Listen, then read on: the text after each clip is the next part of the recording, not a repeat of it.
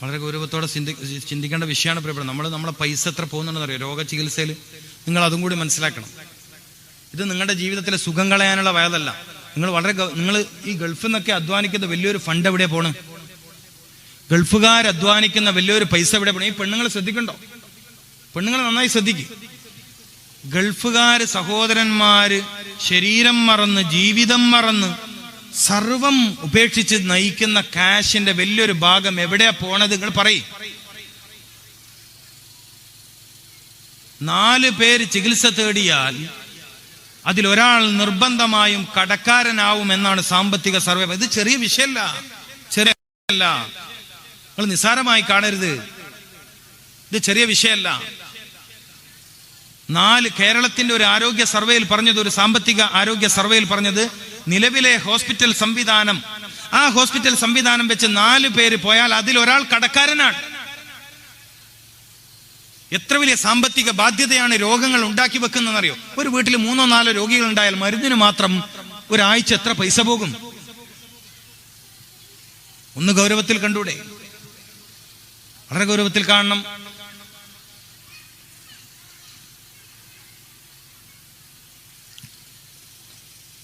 അപ്പൊ രോഗം വരാതിരിക്കാനുള്ള മാർഗങ്ങൾ പഠിക്കണം. രോഗം വരാതെ സൂക്ഷിക്കാനുള്ള മാർഗങ്ങൾ പഠിക്കണം. കാരണം വന്ന് പിടികൂടിയാൽ നമുക്ക് പരിചയമുള്ള വഴികളിൽ രോഗങ്ങൾ ശിഫയാകുന്നത് വളരെ കുറവാ. ഇത് നിങ്ങളുടെ അനുഭവം ഞാൻ പറയേണ്ടതില്ല. നിങ്ങളുടെ അനുഭവം ഞാൻ എന്തിനു പറയണം? അപ്പൊ പിന്നെ രോഗം വരാതെ സൂക്ഷിക്കലാണ് നല്ലത്. അതിന് ഏറ്റവും നല്ല വഴി പറഞ്ഞത് വിശുദ്ധ ഖുർആൻ. വിശുദ്ധ ഖുർആൻ പറഞ്ഞ വഴി എന്താണ്? മിക്ക ആളുകളും രോഗികളാവുന്നത് വയറ് ശ്രദ്ധിക്കാത്തത് കൊണ്ടാണ്. ഇത് നമ്മുടെ അനുഭവത്തിലുള്ള കാര്യമാണ്. മദീനയിൽ എന്താണ് രോഗികളില്ലാത്തത് എന്ന് ചോദിച്ചപ്പോൾ അവര് വിശന്നാൽ മാത്രമേ ഭക്ഷണം കഴിക്കാറുള്ളൂ, ഭക്ഷണം കഴിച്ചാൽ അവർക്ക് വയറ് നിറയാറില്ല, അതുകൊണ്ട് തന്നെ എന്റെ മദീനയിൽ രോഗികളില്ല. ഇത് നിസാര കാര്യമെന്ന് നിങ്ങളുടെ മനസ്സ് പറഞ്ഞാൽ നിങ്ങളുടെ ഈമാൻ ബലഹീനമാണ്. നിങ്ങൾ ഈ ദുനിയാവിലെ ഏറ്റവും നിർഭാഗ്യവാനായ മനുഷ്യനാണ്. നിങ്ങൾ ഈ ഭൂമികയിലെ നിർഭാഗ്യവാനായ മനുഷ്യനാണ്. മദീനയിൽ എന്തേ രോഗികളില്ലാത്തത്? വിശന്നാലേ ഭക്ഷണം കഴിക്കാറുള്ളൂ, ഭക്ഷണം കഴിച്ചാൽ വയറ് നിറയാറില്ല. വയറ് നിറയെ ഭക്ഷണം കഴിക്കുന്നത് കുഫറിന്റെ ലക്ഷണമെന്ന് മുഹമ്മദുർ റസൂൽ. ഞാൻ അതിനപ്പുറം പറയണോ? ഞാൻ അതിന്റെ അപ്പുറം പറയണോ? ഒരു മുഅ്മിൻ, ഒരു സത്യവിശ്വാസി ഒരു വയറ് നിറയാനുള്ള ഭക്ഷണം കഴിക്കുമ്പോൾ ഒരു സത്യനിഷേധി 7 വയറ് നിറയാനുള്ള ഭക്ഷണം കഴിക്കുമെന്ന് മുഹമ്മദുർ റസൂൽ. ദയവ് ചെയ്ത് ഉമ്മമാരോട് പറയാനുള്ളത്, വയറ് നിറയെ കുഞ്ഞുങ്ങളെ ഭക്ഷണം കഴിക്കാൻ പരിശീലിപ്പിക്കരുത്. ദയവ് ചെയ്ത് നിങ്ങൾ ഇത് ഏറ്റെടുക്കണേ. കുഞ്ഞു പ്രായത്തിലെ അല്പഭക്ഷണം കഴിച്ച് ശീലിപ്പിക്കണേ. ഏറ്റവും വലിയ അദബ് ഭക്ഷണത്തിലാ പഠിപ്പിക്കേണ്ടത്. ഏറ്റവും വലിയ അദബ് ഭക്ഷണത്തിലാ പഠിപ്പിക്കേണ്ടത്. വയറ് നിറഞ്ഞ് ഭക്ഷണം കഴിക്കുന്ന കുട്ടിക്ക് തന്റെ മാതാപിതാക്കളെ അനുസരിക്കാൻ കഴിയൂല. വിഷയം മനസ്സിലായിട്ടില്ല? അത് മനസ്സിലായിട്ടില്ല. നിങ്ങൾക്ക് തിരിഞ്ഞിട്ടില്ല. പലരുടെയും പരാതി, കുട്ടികൾ തിന്നുന്നില്ല. ഒന്നും തിന്നില്ലേ? ഇല്ല, ഒരു ദോശ തിന്നെങ്കിലേ ഞാൻ 2 ദോശ തിന്നല്. കുട്ടിയുടെ വയസ്സ് 2. ഓൻ ഒരു ദോശ തിന്നാ യാസ്തിയല്ലേ, ഓനിക്ക് 1/2 ദോശയല്ലേ കൊണ്ട് രാവിലത്തേക്ക്. മനസ്സിലായിട്ടില്ല? ഒരു 5 വയസ്സ് വരെയുള്ള കുട്ടി രാവിലെ ഒരു 10 തന്നെ ഓവറാണ്. നിങ്ങൾക്ക് ബേജാറാവുന്നുണ്ടോ? ഭക്ഷണം മുടക്കുന്ന വേദാ പറയണത്. ബേജാറാവുണ്ടോ? ബേജാറ് പേര് എനിക്കറിയാം. ഒരു 5 വയസ്സ് വരെയൊക്കെ ഉള്ള കുട്ടി ഒരു പത്തിരി തിന്നാൽ തന്നെ ഓനിക്ക് ഉച്ചവരെ കിട്ടുന്ന എനർജിയായി. എന്നിട്ട് 1 ആണോ 2 ആണോ തിരിയാണ്ടിരിക്കാൻ വേണ്ടി പെണ്ണുങ്ങന്മാർക്ക് ഒരു ഐഡിയ ഉണ്ട്, പൊട്ടിച്ചിട്ട് കൊടുക്കുക. ഇവിടെ ഉണ്ടോന്ന് എനിക്കറിയില്ല. ഇവിടെ എനിക്ക് അത്ര അറിയില്ല. എങ്ങനെ പൊട്ടിച്ചിട്ട് കൊടുത്ത ഇത് എത്ര എണ്ണം? ഞാൻ 1 തിന്നു മൂപ്പര് വാശി പിടിച്ച്. ആ വാശി ഇലാഹിയായ വാശിയാണ്. അതിനെന്നിട്ട് മന്ത്രിച്ചു കൊടുക്കണ്ട. ഏത്? സുബ്ഹാനിയത്തിന്റെ വാശി. തടിക്ക് പറ്റാത്തത് വേണ്ടാതെ കുട്ടികൾ പറയും. ഈ പെണ്ണുങ്ങന്മാരുടെ കൂടെ ശൈത്താന്മാരുണ്ടല്ലോ, ആളെ ഫസാദാക്കുന്ന ശൈത്താൻ. അപ്പൊ ആദ്യം ഇവളെ കുട്ടിനെ ഫസാദാക്കും. എന്നിട്ട് പറയുന്നു, അല്ലാഹ് ഉസ്താദേ, എന്റെ കുഞ്ഞ് ആകെ എന്നെ അനുസരിക്കുന്നില്ല, 15 വയസ്സേ ഉള്ളൂ, നീ നല്ലോണം തീറ്റി വയറ് നിറച്ച് അനുസരണക്കേട് പഠിപ്പിച്ച്. 5 ദോഷങ്ങളാണ് ഭക്ഷണം വയറ് നിറച്ച് കഴിക്കുന്നവനുള്ളത്. ഒന്ന്, അള്ളാഹുവിനെ പേടി ഉണ്ടാവില്ല. ഏത്? ഇവിടെ ശ്രദ്ധിക്കുന്നുണ്ടോ? ശ്രദ്ധിക്കുന്നില്ല. 5 നഷ്ടങ്ങളാണ് വയറ് നിറയെ ഭക്ഷണം കഴിക്കുന്നവന് വരിക. 5 നഷ്ടങ്ങൾ. അതിലേറ്റവും പ്രധാനപ്പെട്ടത് ഓനിക്ക് അള്ളാനെ പേടി ഉണ്ടാവില്ല. അള്ളാനെ പേടിയില്ലാത്ത ആളെങ്ങനെ മാതാപിതാക്കളെ പേടിക്കുക? അപ്പൊ പേര് പറയാൻ ആഗ്രഹിക്കാത്ത ഒരു പാത്തു, ഒരു സ്വർണ്ണമോതിരം, മോൻ നന്നാവാൻ. ഏടെ നന്നാവാൻ? ഇവിടെ ഇപ്പൊ എന്തോ കോട്ടേഴ്സിൽ എടുക്കാൻ വലിയ പൈസ വേണമെന്നാ പറയുന്നത്. മഹല്ലിന്റെ മസ്ജിദിന്റെ മദ്രസയുടെ സുഗമമായ ഒരു പരിപാലനത്തിന് ഒരു സ്ഥിരമായ വരുമാനം കണ്ടെത്തണം. അതിനെന്തെങ്കിലും സ്ഥിരമായ വരുമാനം കിട്ടുന്ന ഒരു വഴി വേണം. അതിന് ദീനീ സ്നേഹമുള്ള, അള്ളാഹുവിന്റെ ദീനിനോട് കൂറുള്ള, ആത്മീയ വിഷയത്തിൽ വലിയ സന്തോഷമുള്ള ആളുകളെ സഹായിക്കണം, സഹകരിക്കണം.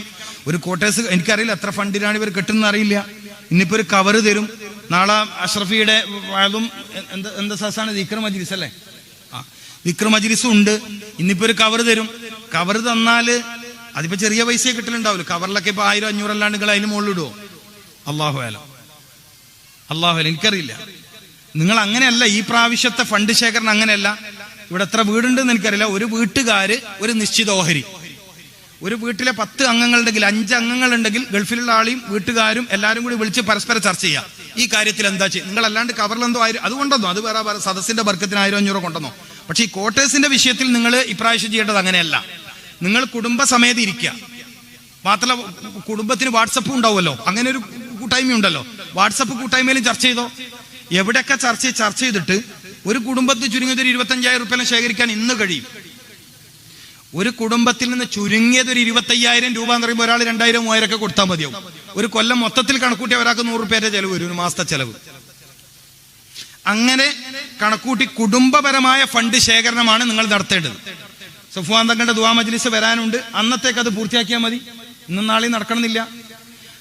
10-50 വീട് എനിക്കറിയില്ല. ഇവിടെ എത്ര വീടുണ്ട്? ഇവിടെ 3 ക്വാർട്ടേഴ്സ് എടുക്കാം. 150 വീടുണ്ട്. 3 വിശാലമായ ക്വാർട്ടേഴ്സ് എടുക്കേണ്ട വീടായി. എന്റെ പ്രിയപ്പെട്ടവരെ, നമ്മളൊരു പുരയെടുക്കാനും വീട്ടിലെ 3-4 ആൾ കൂടി എന്ത് മുഞ്ചുള്ള പുരയെടുക്കുന്നുണ്ട്. അള്ളാഹു എല്ലാ വീട്ടിലും ബർക്കത്ത് തിരിയട്ടെ. അല്ല, നമ്മൾ ചെയ്യുന്നുണ്ടല്ലോ. ഒരു നാട്ടുകാർ മുഴുവൻ കൂടിയാൽ അങ്ങനെ ചിന്തിക്കണം. ഈ സദസ്സിൽ വെച്ച് അങ്ങനെ ചിന്തിക്കണം. ഒരു നാട്ടുകാർ മുഴുവൻ കൂടിയിട്ട് ഒരു ബിൽഡിംഗ് എടുക്കുമ്പോൾ അതൊരു പൈസയാണോ? അപ്പൊ ടോട്ടൽ ബഡ്ജറ്റ് കാണുക, മൊത്തം വീടുകൾ കാണുക. അതിൽ സാമ്പത്തികമായി വളരെ പരാധീനതയിൽ നിൽക്കുന്ന വീടുകളെ മാറ്റി വെക്കരുത്. അവരോട് ചോദിക്കാം, ഞങ്ങൾ ഇങ്ങനെ ഒരു ഫണ്ട് ഉണ്ട്, നിങ്ങൾ കൂടിക്കോ എന്ന് പറയാം. അങ്ങനെ ഒരു ആഘോഷത്തോടെ, ഒരു വളരെ ഉത്സാഹത്തോടെ, ഒരു പുതിയ സംവിധാനം എന്ന നിലയിൽ കുടുംബ ഫണ്ട് ശേഖരണമാക്കിയിട്ട് ഓരോ കുടുംബത്തിൽ നിന്നും നിശ്ചിത ഓഹരി. ഇനി ഒരു കോട്ടേഴ്സ് കൊടുത്തു കൊടുക്കാൻ പറ്റുന്ന കുടുംബത്തിലുണ്ടാവും. എല്ലാവരും വലിയ കച്ചവടക്കാർ, ദുബൈയിലോ കുവൈത്തിലോ ഖത്തറിലോ എല്ലാവരും കച്ചവടക്കാരാണ്. അവർ പറയാണ് ഒരു ഏരിയ നമ്മൾ ഏറ്റു. അൽഹംദുലില്ലാഹ്. അള്ളാഹുവിന്റെ ദീൻ നിലനിർത്താൻ സഹായിക്കുന്ന ഒരു സംവിധാനം. കാലങ്ങളോളം ഈ മസ്ജിദിന്, ഈ മദ്രസക്ക് വരുമാനം കിട്ടുന്ന, ഇവിടെ നിൽക്കുന്ന ഇമാമിങ്ങൾക്ക്, ഇവിടെ നിൽക്കുന്ന ഉസ്താദുമാർക്ക് അവർക്ക് ശമ്പളം കൊടുക്കാൻ പറ്റുന്ന ഒരു നല്ലൊരു വരുമാനം, സ്ഥായിയായ വരുമാന മാർഗം വരുന്ന ഒരു വലിയ സംവിധാനത്തിൽ എന്റെ കുടുംബം, ഞാനുണ്ടാവണം എന്നല്ല, എന്റെ കുടുംബം ഉണ്ടാവണം. അതിൽ പെണ്ണുങ്ങൾ കൂടണം, ആണുങ്ങൾ കൂടണം, ചെറുപ്പക്കാർ കൂടണം. എല്ലാവരും കൂടിക്കൊണ്ട് ചുരുങ്ങിയത്, അതിപ്പോ പണി തുടങ്ങി തീരുന്നതിന് മുമ്പ് നിങ്ങൾ തീരുമാനിച്ച ഫണ്ട് കൊടുക്കാലോ. അപ്പൊ 25,000 തീരുമാനിച്ചാൽ എല്ലാവരും കൂടി, ഈ 10 ആളും കൂടി ആദ്യം ഒരു 5,000 കൊണ്ട് കൊടുത്ത് പിന്നെ ഒരു 2 മാസം കഴിയുമ്പോൾ പിന്നെ ഒരു 5,000. അങ്ങനെ ആവുമ്പോൾ എത്ര എളുപ്പമാണിത്. അങ്ങനെ ചിന്തിച്ചാലേ ഇത്തരം കാര്യങ്ങൾ വിജയിക്കുള്ളൂ. വിജയിക്കുമെന്നത് ഉറപ്പാണ് ഇൻഷാ അല്ലാഹ്. അപ്പൊ മഹാനായ സഫ്വാൻ തങ്ങൾ ഏഴുമല തങ്ങൾ ഇവിടെ വന്ന് ദുആ ചെയ്യുന്ന വലിയ ദുആയിനൊക്കെ ഇജാബത്തുള്ള വലിയ മനുഷ്യനാണ് അദ്ദേഹം. വലിയൊരു പവറുള്ള മനുഷ്യനാണ്. ആ മഹാനുഭാവന്റെ നേതൃത്വത്തിൽ ഇവിടെ ദുആ അവസാന ദിവസമുണ്ട്. നാളെ ദിക്ർ മജ്ലിസ് ഉണ്ട്. അപ്പൊ അതിലേക്ക് തരുന്ന കവറിൽ അതിന്റെ ഒരു ഉദ്ഘാടനം നൽകി നിങ്ങൾ കഴിയുന്നത് എല്ലാവരും കൂടി ഓഹരി വെച്ച് കൊടുക്കുക. ശേഷം ഇങ്ങനെ ഒരു തീരുമാനമെടുത്ത് പിരിയുക. 1000-കണക്കിന് 10,000-കണക്കിന് രൂപ സ്വന്തം വീട് പണിയാൻ, സ്വന്തം വീട് മനോഹരമാക്കാൻ ചെലവഴിച്ചിട്ടുണ്ട് നമ്മൾ. നല്ല കാര്യം തന്നെ. നല്ല വീട്, ജീവിക്കാൻ സൗകര്യമുള്ള വീടുണ്ടാവുക എന്നുള്ള ദുനിയാവിലെ വലിയ അനുഗ്രഹമാണ്, സംശയമില്ല. എന്നാൽ അള്ളാഹുവിന്റെ ഭവനത്തിന്റെ പരിപാലനത്തിന്, അള്ളാഹുവിന്റെ ഖുർആൻ ഹദീസ് പഠിപ്പിക്കുന്ന മദ്രസയുടെ പരിപാലനത്തിന്, ഇവിടുത്തെ ദീനിയായ കാര്യത്തിന്റെ പരിപാലനത്തിന് ആവശ്യമായ സ്ഥിരമായ വരുമാനം ഉണ്ടാക്കാൻ സഹായിക്കുന്ന ഒരു കാര്യത്തിലേക്ക് എന്റെ വീട്ടുകാരുണ്ടായിരുന്നു എന്ന് നാളെ റബ്ബിന്റെ കോടതിയിൽ പറയാൻ കഴിയണം. ജഡർ ബോഡിയിൽ പറയാനല്ല, നാട്ടുകാർക്കിടയിൽ പറയാനല്ല, ചർച്ചകൾക്കിടയിൽ പറയാനല്ല, റബ്ബിന്റെ കോടതിയിൽ പറയാൻ കഴിയണം. അതിനുവേണ്ടി കുടുംബപരമായി ആലോചിച്ച് തന്നെ ഫണ്ട് കണ്ടെത്തണം. ഇനി ചെറുപ്പക്കാർക്ക് കൂട്ടായ്മയുണ്ടെങ്കിൽ കുടുംബത്തിന് പുറമെ അവരുടെ കൂട്ടായ്മയിലൂടെയും ഫണ്ട് വരണം. ഗൾഫുകാർക്ക് കൂട്ടായ്മയുണ്ടെങ്കിൽ അതിലൂടെയും ഫണ്ട് വരണം. എന്നിട്ട് ഈ മഹാനന്മ മാസങ്ങൾക്കകം പൂർത്തിയാക്കണം. അള്ളാഹു അതിന് ഈ മഹല്ല് നിവാസികൾക്ക്, ഇതിന്റെ കാരണവന്മാർക്ക്, ഇതിന്റെ ഉത്തരവാദിത്തപ്പെട്ടവർക്ക് അള്ളാഹു തൗഫീക്ക് നൽകുമാറാവട്ടെ. അൽഹംദുലില്ലാഹ്, നല്ല കാര്യം. അപ്പോ വിഷയത്തിലേക്ക് പോവാണ്. രോഗം വരാതിരിക്കാൻ ഖുർആനിൽ പറഞ്ഞ വഴി ചോദിച്ചപ്പോൾ, ഏറ്റവും നല്ല പ്രതിരോധം എന്തെന്ന് ചോദിച്ചപ്പോ, ഭക്ഷണം കഴിക്കുമ്പോ സൂക്ഷിക്കണം, ഭക്ഷണം കഴിക്കണം രോഗം വരാതിരിക്കാൻ. അവിടെ കുറെ കാര്യങ്ങൾ പഠിക്കാനുണ്ട്.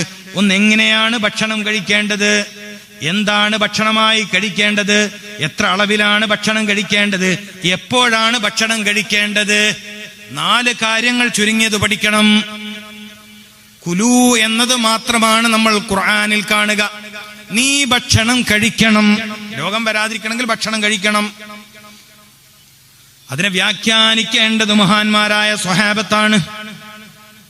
ഇമാം ദഹ്ബി റഹ്മഹുല്ലാ തങ്ങളെ പോലെയുള്ള ഇമാമിങ്ങളാണത് നമ്മെ പഠിപ്പിക്കേണ്ടത്.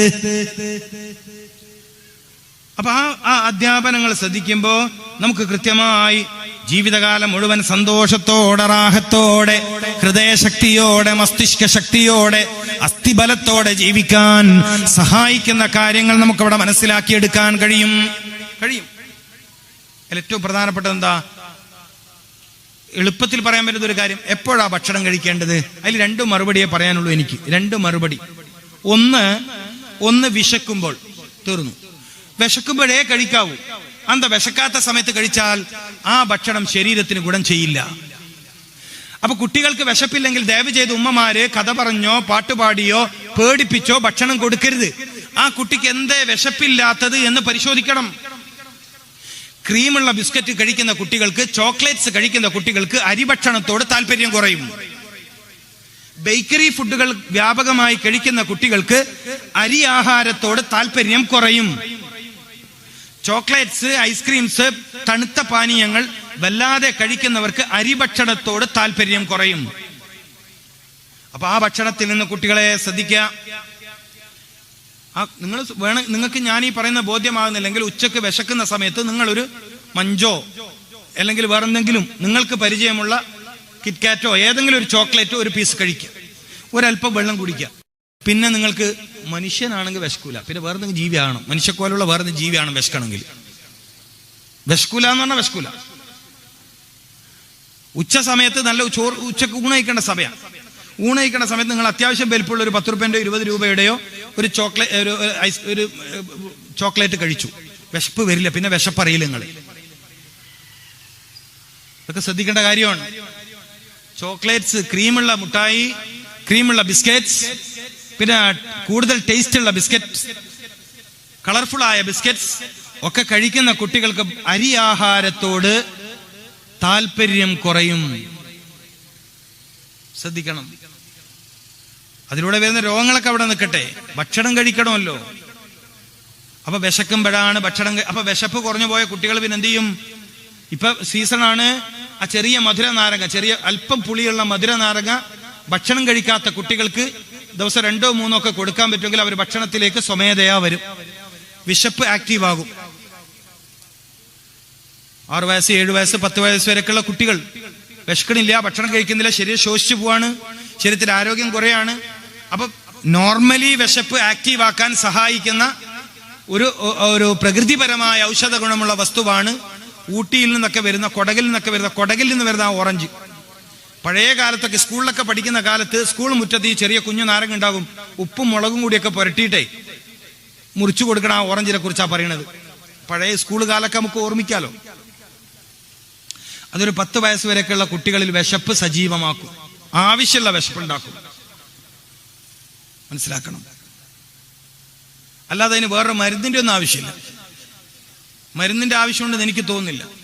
പിന്നെ അത്രയും ശുദ്ധമായ, ലക്ഷദ്വീപിൽ നിന്നൊക്കെ വരുന്ന ശുദ്ധമായ സുർക്ക കിട്ടുമെങ്കിൽ, വിനാഗിരി കേട്ടിട്ടോ? വിനഗർ, ഏറ്റവും ഒറിജിനൽ വിനഗർ. ഇവിടെ എല്ലാം അതിന്റെ എന്തോ എസൻസാ വരുന്നത്, എന്തോ കെമിക്കൽ ചേർത്ത് എസൻസ് ആക്കിയിട്ട് വിനഗർ എന്ന് പറഞ്ഞ് വിൽക്കുകയാണ്. ഏറ്റവും ശുദ്ധമായ സുർക്ക, ഒരൽപ്പം ബ്ലാക്ക് സീഡ് ഓയിൽ, സെയ്ദ് ഹബ്ബത്ത് സൗദ എന്ന് പറയും. കരിഞ്ജീരകത്തിന്റെ ഓയിൽ ഒരു 2-3 തുള്ളി മിക്സ് ചെയ്തിട്ട് 1 സ്പൂൺ വീതം സുർക്ക കഴിക്കുന്നത് ശരിയായ ശരീരത്തിന് കേടുപാടില്ലാത്ത വിശപ്പുണ്ടാക്കും. അതിലേക്കൊന്നും പോണ്ട, നിങ്ങൾ ഈ ഓറഞ്ച് കഴിക്കുന്നത് തന്നെ മതിയാകും. മറ്റേത് ശേഖരിക്കാനൊക്കെ പ്രയാസമാണ്, ലഭ്യത സാധ്യമല്ല, കുറവാണ്. പിന്നെ ലക്ഷദ്വീപിൽ നമുക്കൊരു പരിചയമുള്ള ആളൊക്കെ ഉണ്ടാവണം. അപ്പൊ വിശക്കാതെ ഭക്ഷണം കഴിക്കരുത്. ഒരാൾക്ക് തീരെ വിശപ്പില്ല എന്ന് പറഞ്ഞ രോഗമാണ്, അമിത വിശപ്പ് രോഗമാണ് എന്നതുപോലെ തീരെ വിശപ്പില്ല എന്ന് പറയുന്നത് രോഗമാണ്. ശ്രദ്ധിക്കണം, അമിത വിശപ്പ് രോഗമാണ് എന്ന് പറയുന്നത് പോലെ തീരെ വിശപ്പില്ല എന്ന് പറയുന്നത് രോഗമാണ്. അത് ചികിത്സിച്ച് ഭേദമാക്കണം. ഒരു മനുഷ്യന് സ്വാഭാവികമായ വിശപ്പുണ്ടാവേണ്ട സമയം ഒന്ന് രാവിലെയാണ്. രാവിലെ വിശക്കണം.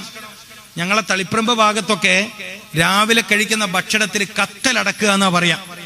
ഇവിടെ എന്തും പ്രത്യേകം രാവിലെ കഴിക്കുന്ന നാസ്ത എന്ന് പറയും, പ്രാതൽ എന്ന് പറയും, ബ്രേക്ക്ഫാസ്റ്റ് എന്ന് പറയും. ഇവിടെ പ്രത്യേകിച്ച് ഒന്നും പറയലുണ്ടോ? ചായ കുടിക്കുക. അത്ര ആരാ പറഞ്ഞേ? അത്ര തന്നെ പറയും, ചായ കുടിക്കുക. യെസ്, കത്തലടക്കുക എന്നുള്ളൊരു പ്രയോഗമുണ്ട്. വിശപ്പ് കാരണം വയറ് കത്തുക എന്ന് കേട്ടിട്ടുണ്ടോ നിങ്ങൾ അങ്ങനെയൊന്നും പറയാറില്ലേ? ചിലതെല്ലാം പറഞ്ഞു പഠിക്കണം. ഈ വയല് വെക്കുന്ന ഇതൊക്കെ പഠിക്കാനല്ലേ? വിശപ്പ് കാരണം വയറ് കത്തിയിട്ട് വഴിയ അല്ലേ? ചിലപ്പോ ഇങ്ങനെ ഭക്ഷണം വല്ലാണ്ട് വൈകുമ്പോൾ ചില തമാശയൊക്കെ പറയും, എന്തോ ഒരു കരിഞ്ഞു മണക്കുണ്ടല്ലോ, അത് വിശപ്പ് കാരണം വയറ് കത്തിയിട്ടാണെന്ന് പറയും. അപ്പൊ കത്തലടക്കുക പറയുമ്പോ ഒരു നാടൻ പ്രയോഗമാണെങ്കിലും വലിയ അർത്ഥമുള്ള പ്രയോഗം. നമ്മളെ തളിപ്പറമ്പുകാർ പറയുന്ന വാക്കാ. ഇനിയിപ്പോ നിങ്ങളും പറഞ്ഞോളി, നല്ല വിശപ്പുണ്ടെങ്കിൽ. രാവിലെ വിശക്കണം. രാവിലെ ഒരാൾക്ക് വിശപ്പുണ്ടാവണം. പെണ്ണുങ്ങളിൽ പലരും രോഗികളാവുന്നത് ആരോഗ്യം ലഭിക്കാൻ സഹായിക്കുന്ന സമയത്ത് രാവിലത്തെ ഭക്ഷണം കഴിക്കാത്തോണ്ടാ. ആണുങ്ങന്മാർ പിന്നെ അതൊന്നും വിട്ടിട്ട് ഒരു പരിപാടിക്കില്ല. രാവിലെ കിട്ടണ്ട രാവിലെ കിട്ടണം, 11 മണിക്ക് കിട്ടണ്ട 11 മണിക്ക് കിട്ടണം, ഉച്ചക്കകത്ത് ഉച്ചക്ക് കിട്ടണം, വൈകുന്നേരം കിട്ടണം. മനസ്സിലായില്ലേ? ഈ ചില പെൺകുട്ടികളൊക്കെ ഉണ്ട്, പരീക്ഷ ആയാലും രാവിലത്തെ നാസ്ത കഴിക്കില്ല. വലിയ അപകടം കേട്ടോ. പരീക്ഷയാണെന്ന് പറഞ്ഞ് രാവിലത്തെ ഭക്ഷണം ഒന്ന് ഉപേക്ഷിച്ച ഒരു 10 മാർക്ക് ആ വകയെ കുറയും. ഏത് വകയില്? രാവിലത്തെ നാസ്ത കഴിക്കാത്തതിന്. പഠിച്ചാണ് എന്നിട്ട് കിട്ടിയില്ല. എന്താ കാര്യം? കത്തലടക്കാണ്ട് പോയി, നാസ്ത കഴിക്കാണ്ട്, ചായ കുടിക്കാണ്ട് പോയി. ആൺകുട്ടികളാണ് 3 പരീക്ഷ ഉണ്ടെങ്കിൽ കത്തിലായിട്ട് കിടക്കും അല്ലേ? അതിനിടയിൽ വേറെന്തെങ്കിലും തിന്നാൻ കിട്ടിയാവും തിന്നും. അവർക്ക് അപ്പേടിയൊന്നുമില്ല. എന്റെ പെൺകുട്ടികൾ സഹോദരിമാരോട് പറയണം, ഏതായാലും ഇത്രയും മെനക്കെട്ട് പഠിച്ച് പരീക്ഷ എഴുതാൻ പോകുമ്പം ദഹനത്തിന് ബുദ്ധിമുട്ടില്ലാത്ത പ്രാതൽ കഴിക്കണം. ദഹനത്തിന് ബുദ്ധിമുട്ടില്ലാത്ത പ്രാതൽ കഴിക്കണം. ദഹനത്തിന് ബുദ്ധിമുട്ടുള്ള പ്രാതൽ കഴിച്ചാലും പരീക്ഷയ്ക്ക് ബുദ്ധിമുട്ടാണ്. ഭക്ഷണം വയറിലെത്തുകയും ദഹനം കൃത്യമായി നടക്കാതെ അത് കെട്ടിക്കിടക്കുകയും ചെയ്താൽ ചോദ്യം ശ്രദ്ധിക്കാൻ കഴിയില്ല, ആൻസർ കറക്റ്റായി വരില്ല, ക്ലാസ്സിൽ ശ്രദ്ധിക്കാൻ കഴിയില്ല. രാത്രിയൊക്കെ ബിരിയാണി കഴിച്ച് രാവിലെ ക്ലാസ് റൂമിൽ പോകുന്ന കുട്ടികൾക്ക് ശ്രദ്ധ കുറയും. ടീച്ചർ വല്ലാണ്ട് അധ്വാനിച്ച് ക്ലാസ് എടുത്ത് കൊടുക്കണ്. ആഴ്ചയിൽ 3 ദിവസം വീട്ടിൽ രാത്രി ബിരിയാണിയാണ്. പുതിയാപ്പിള ഉള്ളതുകൊണ്ടായിരിക്കും, അല്ലെ വേറൊന്നും കാര്യം ഉണ്ടാവും. ബിരിയാണി രാത്രി ഹെവി ഫുഡാണ്. പൊരിച്ചതും കരിച്ചതൊക്കെ ഉച്ചക്ക് പറ്റും. 3 മണി കഴിഞ്ഞ അപകടമാണ്. ദഹിക്കാൻ പ്രയാസമുള്ള ഭക്ഷണം രാത്രി കഴിക്കുന്നത് ബുദ്ധിമോശമാണ്, ശരീരത്തിന് ക്ഷീണമാണ്. പ്രത്യേകിച്ച് പഠിക്കുന്ന ആളൊക്കെ ആണെങ്കിൽ അത് രാവിലെയാണ് അതിന്റെ ബുദ്ധിമുട്ട് അറിയുക. ഉറങ്ങി എഴുന്നേറ്റാലും ക്ഷീണം ഫീൽ ചെയ്യുന്നത് രാത്രി കഴിച്ച ഭക്ഷണത്തിന്റെ തകരാറാണ് എന്ന് തിരിച്ചറിയണം. ഓയിലും എണ്ണയും പിന്നെ കരിഞ്ഞതും പൊരിഞ്ഞതും രാത്രി കഴിക്കുന്നതാക്കി രാവിലെ എഴുന്നേൽക്കുമ്പോൾ ഉറക്കത്തിന്റെ ക്ഷീണം വല്ലാണ്ട് അങ്ങോട്ട് കുറഞ്ഞിട്ടില്ല, കുറച്ചും കൂടി ഉറങ്ങിയേക്കാൻ തോന്നിപ്പോവും. എന്തുകൊണ്ടാ? രാത്രിക്കത്തെ ഭക്ഷണത്തിന്റെ പ്രശ്നം. അത് മാത്രാണെന്നല്ല, അത് കൂടിയാണ്.